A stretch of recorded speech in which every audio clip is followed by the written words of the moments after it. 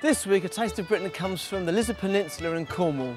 It's the southernmost tip of the UK, and I've come in search of the local speciality, Cornish pasties.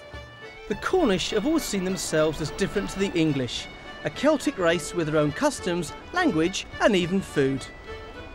The origin of the Cornish pasty is a bit of a mystery, but it's always been closely associated with the Cornish miner. Not only was it a great hand warmer, but it was a perfect main meal throughout a really tough working day. They say at the bottom of any hole in the world you'll find a Cornishman digging, his pasty by his side.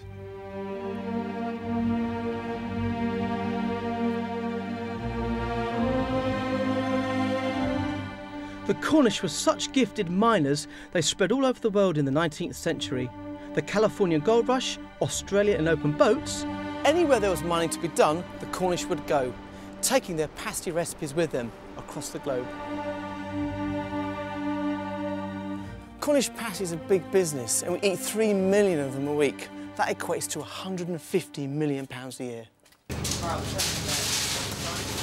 The Cornish have crowned Anne Muller the high priestess of the perfect pasty.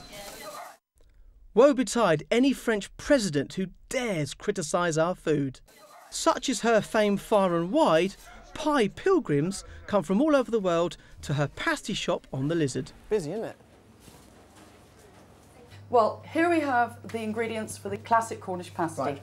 To make them true Cornish pasties, Anne sources all her ingredients from local farmers and the village butcher. That skirt is wonderful. Yeah. And Colin, can I have 4 pounds of sausage meat for tomorrow morning? Yeah. Yeah, we'll do. Thanks a lot. Skirt of beef, if possible. It's a stewing meat. Turnip. That is a Swede. It's known as a Swede in England. In Cornwall, we know them as turnip. Onion, potatoes, all grown locally. How do you make your pastry for pasties? It's a short crust method. But you can use anything. Right, okay. You could buy pastry from a shop, and wholemeal or anything you like, anything you prefer. Right, better crack on, it's nearly lunchtime. Yeah. Well, I'm going to have a go at this, Anne. Do you trust me? Just a little. Meat? It's like making pizza. So, yeah. Actually, I think it's been made pizza in Italy. No, quite. He told me off for not too doing much meat. Otherwise, it'll be made too much juice and it'll come out on the tray. Oh, is that right? That's a very important point. And how many a day? Well, anything between 100 and 500. It depends on the time of the year. Depends on the weather to a certain extent. That's pretty cool. Look at that. That is cool. Now this is the crimping part. This is the hard part. You bring the rounds together. Yep. You bring the edges together in the middle, and then you just press them together. To seal them? Yeah.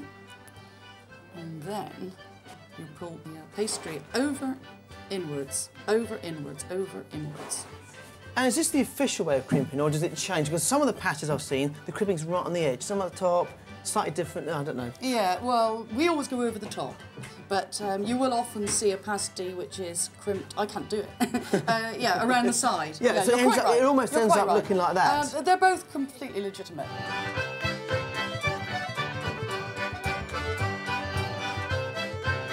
Professional on the boy. It's interesting that you wouldn't have thought those raw ingredients would cook, but they actually do. I mean, steak generally, takes something like between 2 hours, 2.5 hours to braise in an oven, but it cooks incredibly quickly.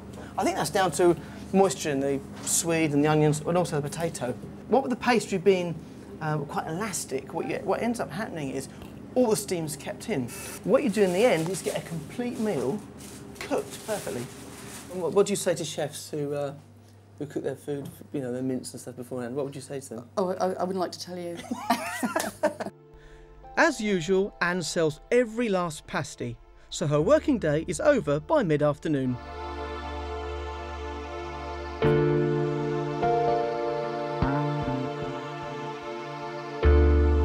The pasty is the symbol of Cornwall. It's all to do with our identity. It's food culture. I mean, we have our saffron, our cream, our hog's pudding, but the pasty's right up there on top. Everybody identifies with being Cornish and eating pasties. From what I've seen today, I've spent a day with you, pasty making looks like a real family affair, is that right? Yes, it is, yes. Any member of my family can come in at Drop Tools and come and back me up at the shop because they can crimp season a pasty, make the pastry. I mean, there's no problem there. And that's my daughter, Anya, my son, Fergus, my mother, Hetty. Pasties definitely bring our family together. So here it is, the Cornish pasty, a true packed lunch, a Celtic gift to the world. And as I say down here, proper job. Mm-mm.